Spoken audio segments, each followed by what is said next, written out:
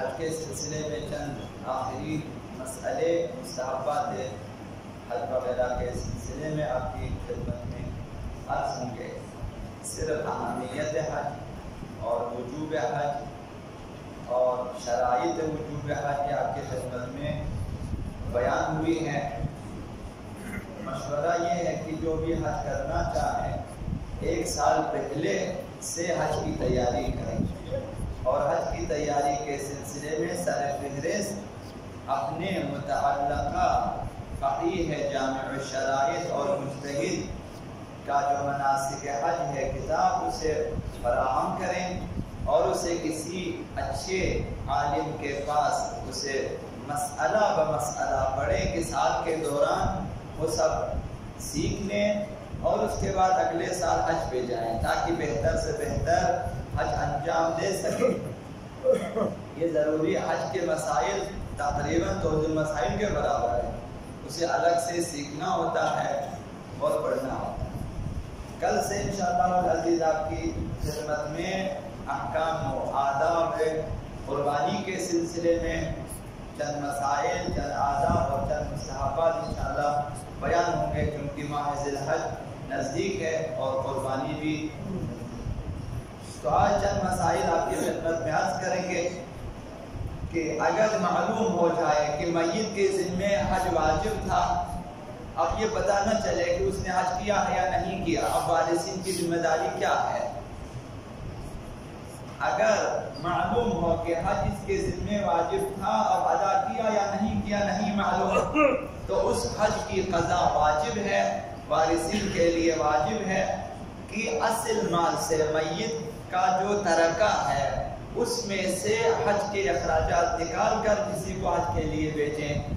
یہ واجب ہے تاکہ اس کی طرف سے حج کریں. دوسرا مسئلہ، حج کے لیے صرف نائب بنانے سے میت بری الذمہ نہیں ہوتا. مرنے والا بری الذمہ نہیں جب تک آپ کو پتہ نہ چلے کہ نائب نے جو ہے صحیح حج انجام دیا ہے. اگر پتہ چلے کہ نائب نے حج نہیں کیا ہے یا مثلا غلط حج کیا ہے یا کسی عذر کی وجہ سے یا کسی بغیر عذر کی وجہ سے، اب دوسرا نائب بنانا واجب ہے کہ کسی دوسرے شخص کو بھیجیں نائب بنا کر تاکہ وہ اس کی طرف سے حج کریں اور اخراجات بھی میت کے اصل مال سے لینا چاہے. تقسیم سے پہلے، وارثوں میں تقسیم سے پہلے حج کا خرچہ لیا جانا چاہیے. اب پہلے جس کو نائب بنایا اور جس نے اجرت میت کے اصل مال سے لیا تھا، اب اگر واپس کرنا ممکن ہو تو واجب ہے کہ اس سے واپس لے لیں کیونکہ اس نے حج انجام نہیں دیا. یہ تو اگر مرنے والا جو ہے وہ واجب الحج ہو مگر اس کی میراث بھی نہ ہو، ترکہ بھی نہ ہو، تو پھر کیا کریں؟ تو پھر نائب بنانا واجب نہیں ہے، وارثین کے ذمہ کچھ نہیں ہے. اگر ماترک ہے تو ماترک میں سے حج کے لیے اگر کچھ بھی نہیں ہے تو نائب بنانا بھی واجب نہیں ہے. لیکن مستحب ہے کہ مخصوصاً اس کے عزیز اقارب مثلا بھائی ہیں، بیٹے ہیں، بیٹیاں ہیں جو ہیں، وہ اس کے جو قریبی لوگ ہیں وہ مرنے والے کے لیے کہ وہ مرنے والے کی طرف سے حج کریں تاکہ وہ بری ذمہ ہو جائے. یہ مستحب ہے اگر اس کا کوئی ترکہ باقی نہ ہو. اور اگلا مسئلہ یہ ہے کہ جس شخص کے لیے حج کرنا ممکن ہو تو اس کے لیے مستحب ہے کہ وہ حج کرے، چاہے استطاعت بھی ہو. واجب نہیں ہے، استطاعت نہیں ہے لیکن حج کر سکتا ہے کسی نہ کسی طرح سے. تو حج کرنا مستحب ہے اگر استطاعت نہ رکھتا ہو یا پھر پہلے حج انجام دے چکا ہو، پھر بھی اس کے لیے مستحب ہے کہ حج پہ جائیں. اگر ممکن ہو ہر سال حج کرنا مستحب ہے اور مناسب ہے کہ مکہ سے آتے وقت دوبارہ حج کے لیے آنے کی نیت کریں کہ انشاءاللہ آئندہ بھی میں حج کے لیے آؤں گا.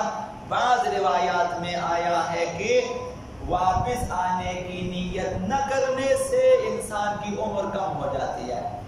یعنی واپسی وہاں بعد میں شاید بیزار ہو جائے، تنگ آ جائے کہ آئندہ توبہ حج پہ نہیں آئیں گے، عمر کم ہو جائے گی اس کی. تو یہ روایات میں لہٰذا ہمیشہ زیارتوں میں بھی یہی چیز ہے کہ آئندہ آنے کی نیت کر کے آ جائیں اور حج پہ بھی یہی ہے.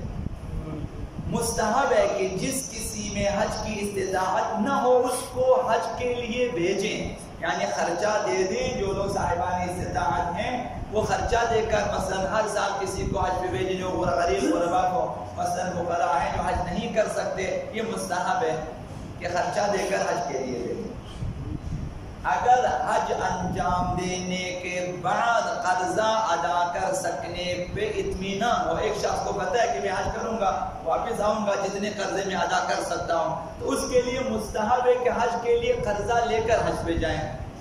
اسے معلوم ہے کہ میرا قرضہ یا میں ادا کروں گا یا میری اولاد ادا کرے گا، مثلا کوئی شخص معلوم ہے، تو اس کے لیے مستحب ہے اگر پیسے نہ ہوں تو اس قرضہ لے لیں اور قرضے لے کر جائیں حج پہ اور حج کریں. اسی طرح حج کی راہ میں زیادہ خرچنا مستحب ہے.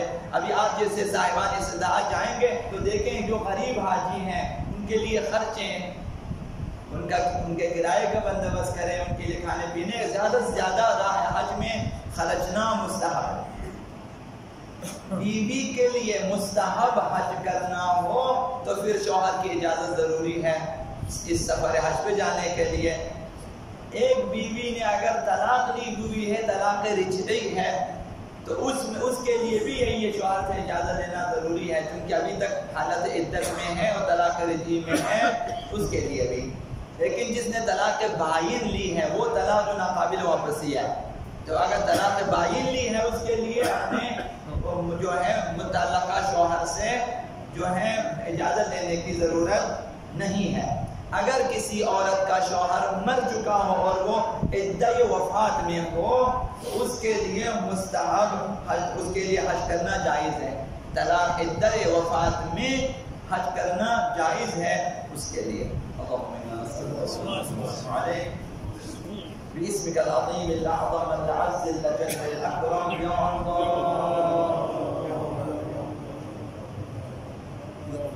يا الله يا رحمن يا رحيم يا مقلب القلوب ثبت قلوبنا على دينك.